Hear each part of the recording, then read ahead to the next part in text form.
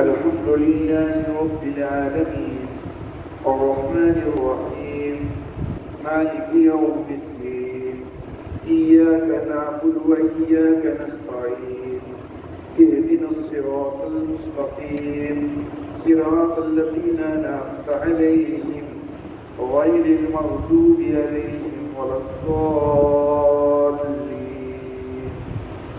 صدق الله مولانا العلي العظيم وبلغنا نبيه ورسوله الكريم. حضرات محترم، قرآن حکیم کی فضیلت کے حوالے سے گزشتہ 2 دروس میں کچھ باتیں میں نے عرض کی ہیں، اور وہ ایک پہلو ذکر کیا گیا تھا کہ اللہ رب العزت نے اپنی اس کتاب کی حفاظت کی ذمہ داری خود لی ہے. باقی الہامی کتابیں بھی اللہ رب العزت کی طرف سے نازل کردہ تھیں، لیکن ان کی حفاظت کی ذمہ داری اللہ نے نہیں لی. تو یہ چیز جو ہے اس کتاب کی عظمت کو ظاہر کرتی ہے کہ یہ کتاب زیادہ عظیم ہے، تبھی تو اللہ رب العزت نے اس کی حفاظت کی ذمہ داری خود لی ہے. تو یہ پہلو جو ہے وہ کسی حد تک بیان ہو چکا. اب ایک سوال ہے اور اسی سے پھر فضیلت کا دوسرا پہلو جو ہے وہ سامنے آتا ہے. سوال یہ ہے کہ پہلی کتابیں بھی تو آخر اللہ کا کلام ہی تھیں، تو اللہ ان کی حفاظت کی بھی تو ذمہ داری لے سکتے تھے، لیکن اللہ نے ان کی ذمہ داری کیوں نہیں لی؟ قرآن حکیم کی حفاظت کی ذمہ داری کیوں لی ہے، پہلی کتابوں کی حفاظت کی ذمہ داری کیوں نہیں لی؟ تو اس سوال کا جو جواب ہے وہ فضیلت کا ایک دوسرا پہلو ہے.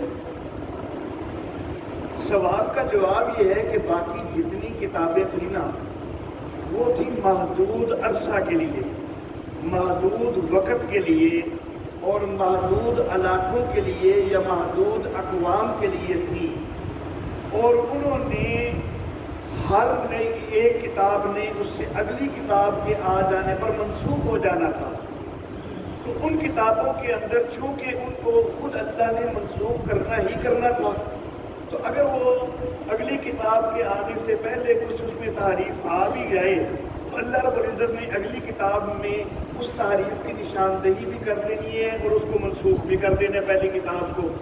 تو جب پہلی کتاب وہی منسوخ جانی ہے تو پھر اس کی حفاظت کا ذمہ لینے کی ضرورت ہی کوئی نہیں تھی. لیکن یہ کتاب جو ہے اس کو یہ امتیاز حاصل ہے، اور یہ اس کی عظمت کا دوسرا پہلو ہے، اس کی فضیلت کا دوسرا پہلو ہے کہ یہ اللہ کی وہ کتاب ہے کہ جو کبھی بھی منسوخ ہونے والی نہیں ہے. قیامت تک کے لیے انسانیت کی ہدایت کے لیے اب یہی کتاب ہے. یہ کتاب منسوخ ہونے والی نہیں ہے، بلکہ ساری کتابوں کی ناسخ کتاب ہے. ساری کتابوں کا ناسخ ہونا یہ بھی فضیلت ہے، اور خود اس کا منسوخ کبھی نہ ہو سکنا یہ بھی فضیلت ہے. یہ دونوں پہلو ہی فضیلت والے ہیں. ساری کتابوں کا ناسخ ہونا یہ فضیلت ہے، تو یہ فضیلت تو پھر دوسری کتابوں کو بھی تھوڑی تھوڑی حاصل رہی کہ ہر اگلی کتاب پہلی کتاب کے لیے ناسخ تو بنی. لیکن میں یہ عرض کرنا چاہوں گا کہ اس کے باوجود امتیاز قرآن حکیم کا زیادہ بنتا ہے، کیونکہ جتنی سابقہ کتابیں تھیں وہ منسوخ کرنے والی بھی تھیں. پہلی کتابوں کو اگلی کتاب منسوخ کرتی تھی، لیکن پہلی کتاب بھی تھی تو صرف ایک علاقے کے لیے. اگلی کتاب اس کی ناسخ اگر بنی بھی ہے نا تو صرف اس علاقے کے لیے یا اس قوم کے لیے ناسخ بنی ہے.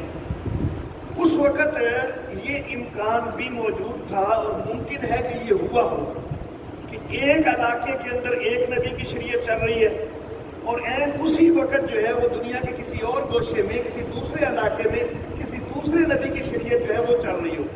یہ امکان بھی موجود تھا.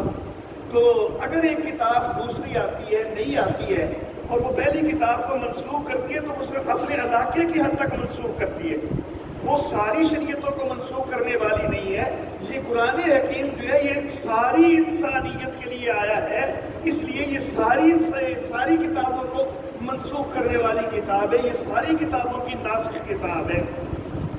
اللہ اللہ، تو یہ اس کی فضیلت کا دوسرا پہلو ہے کہ یہ ایسی ناسخ کتاب ہے کہ جس نے خود منسوخ بھی نہیں ہونا، اور یہ صرف کسی علاقے کے لیے ناسخ نہیں، کسی علاقے کی شریعت کے لیے، کسی قوم کی شریعت کے لیے ناسخ نہیں ہے، بلکہ پوری انسانیت کی طرف جو بھی شریعت پہلے رائج رہی ہے یہ سب کے لیے ناسخ ہے اور خود کبھی منسوخ ہونے والی نہیں ہے۔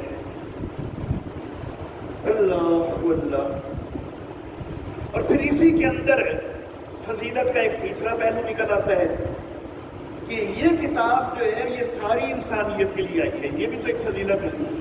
باقی کتابیں آئیں، باقی نبیوں کی دعوت ہوئی، لیکن وہ اپنی اپنی قوم کے لیے دعوت ہوئی۔ اللہ اللہ، سورۃ الاعراف ہے، 7ویں سورت ہے سورۃ الاعراف، آیت نمبر 85 ہے۔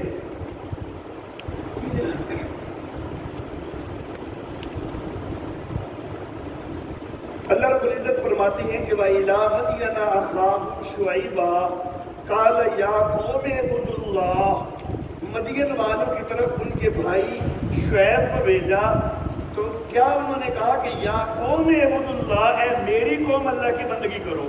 تو انہوں نے دعوت ساری انسانیت کو نہیں دی ہے، بلکہ صرف اپنی قوم کو دعوت دیتے ہوئے کہا کہ یا قوم اعبدوا اللہ، میری قوم میری اللہ کی بندگی کرو۔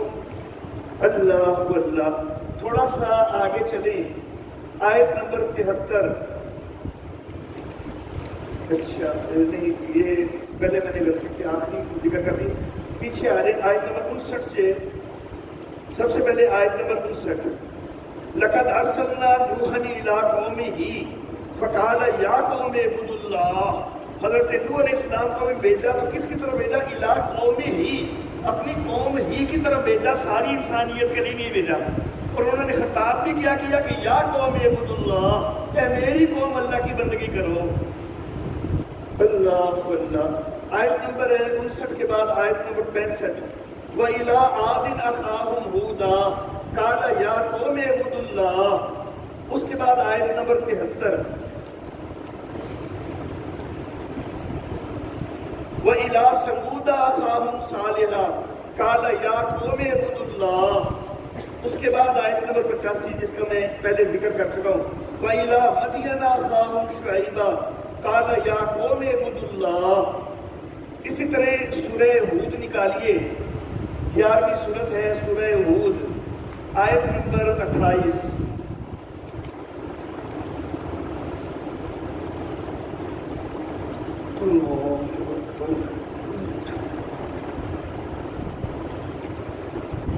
یہاں پر پہلے دیکھیے آیت نمبر 25 میں، وَلَقَدْ أَرْسَلْنَا نُوحًا إِلَىٰ قَوْمِهِ، ہم نے نوح علیہ السلام کو بھیجا، تو بھیجا کس کی طرف؟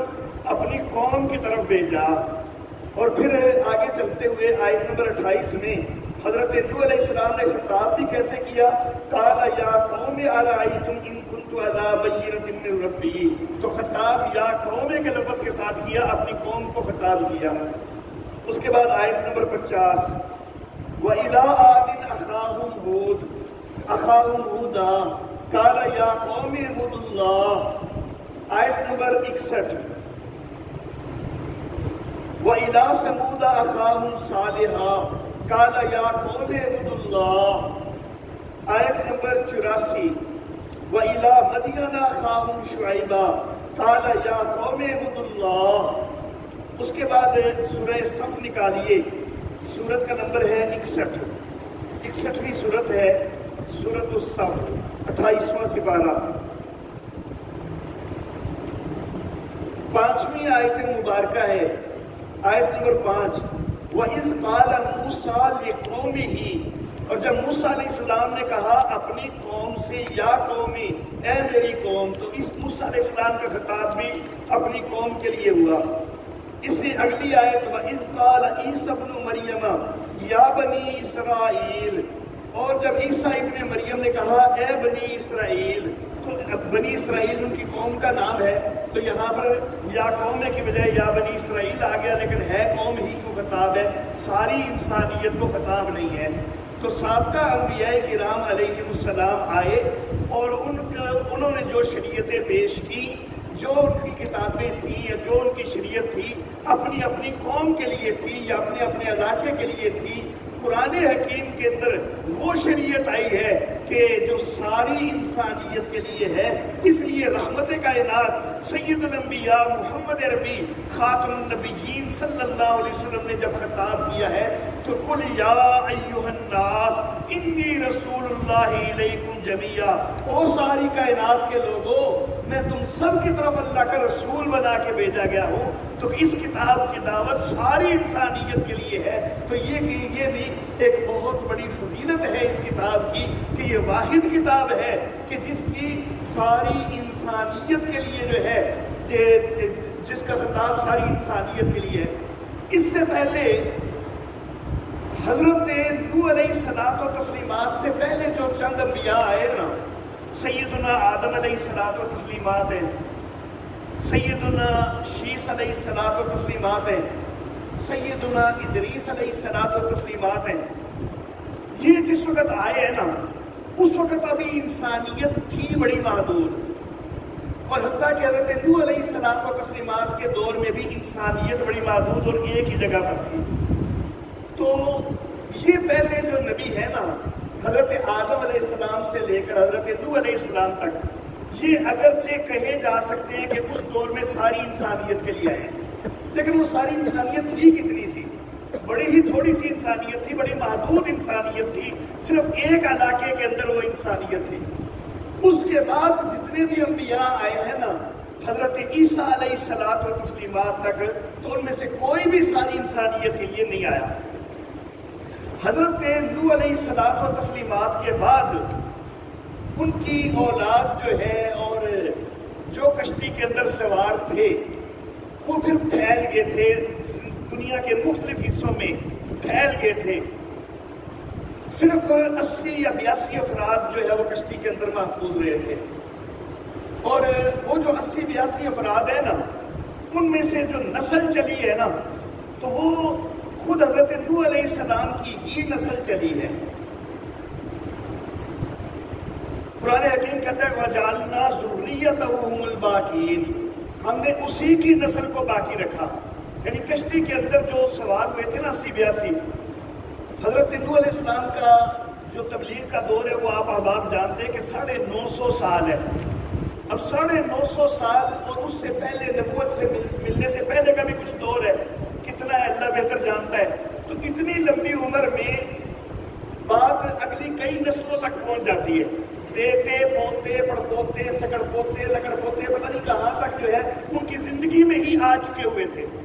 اور یہ جو 80 82 افراد تھے، ان میں سے اکثر خود اپنی ہی نسل کے لوگ تھے، اپنی ہی اولاد کے تھے، کوئی اپنے بیٹے تھے، کوئی پوتے تھے، کوئی پڑپوتے تھے، کوئی اپنی بہویں تھیں، کوئی ان کے آگے داماد وغیرہ، ان کی اپنا ہی خاندان زیادہ تر تھا۔ اور اگر کوئی اور تھا بھی نا اپنے خاندان سے ہٹ کر، تو وَجَعَلْنَا ذُرِّيَّتَهُ هُمُ الْبَاقِينَ، قرآن نے کہا نا کہ ہم نے انہی کی نسل کو باقی رکھا۔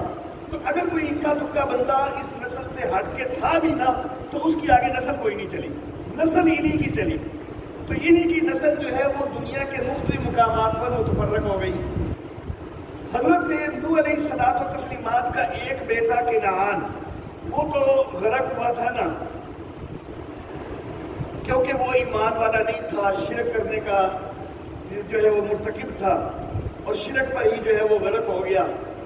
لیکن 3 بیٹے سام، حام اور یافس، انہوں نے ایمان قبول کیا ہے۔ اب جس وقت کشتی کے اندر چند افراد جو ہیں جو بچے ہیں، کچھ عرصہ تو یہ رہے ہیں اکٹھے۔ اس کے بعد انہوں نے سوچا کہ دنیا تو بہت وسیع ہے، زمین بڑی وسیع ہے، ہم ایک ہی جگہ پر اکٹھے رہ رہے ہیں، تو مختلف علاقوں کے اندر کیوں نہ چلے جائیں۔ تو سام اور اس کی اولاد جو ہے، خواہ وہ سام اس وقت زندہ تھا یا نہیں تھا، بہرحال اس کی جو نسل تھی نا سام کی، تو وہ آباد ہو گئی عرب اور یہ بر صغیر کے علاقے میں۔ یہ ہمارا جو علاقہ ہے عرب کا، بر صغیر پاک و ہند کا، اس کے اندر حضرت نوح علیہ السلام کے بیٹے سام کی نسل جو ہے وہ آباد ہوئی۔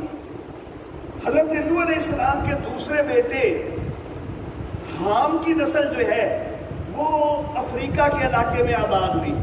مصر کو چھوڑ کر جو افریقہ کا ادھر کا باقی سارا علاقہ ہے اس کی جنوبی سمت کا، مصر بالکل شمال میں ہے، تو افریقہ کا جتنا بھی جنوبی سمت کا علاقہ ہے تو وہ سارا جو ہے وہ حام کی نسل سے آباد ہوا ہے.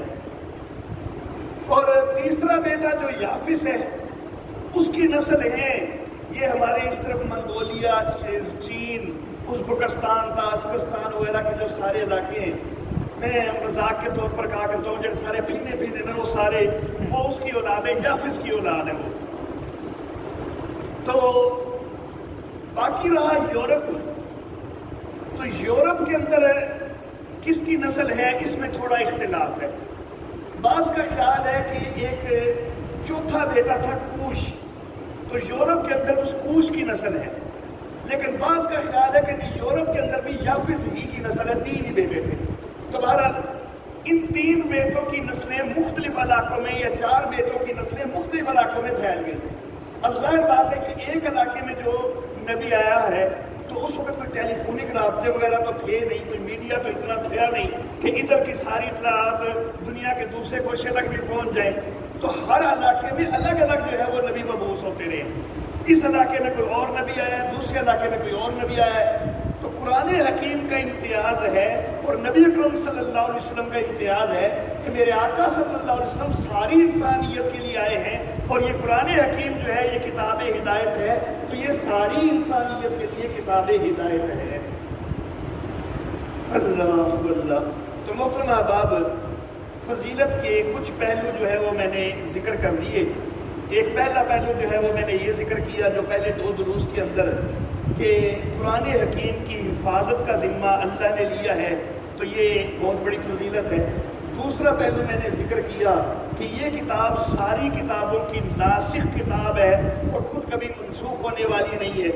تیسرا پہلو جو ہے وہ میں نے یہ ذکر کیا کہ یہ ساری انسانیت کے لیے ہے، کسی محدود علاقے محدود قوم کے لیے نہیں ہے. مزید انشاءاللہ اگلے درس میں جو ہے ایک اور پہلو جو ہے وہ بیان ہوگا. وآخر دعوانا الحمدللہ.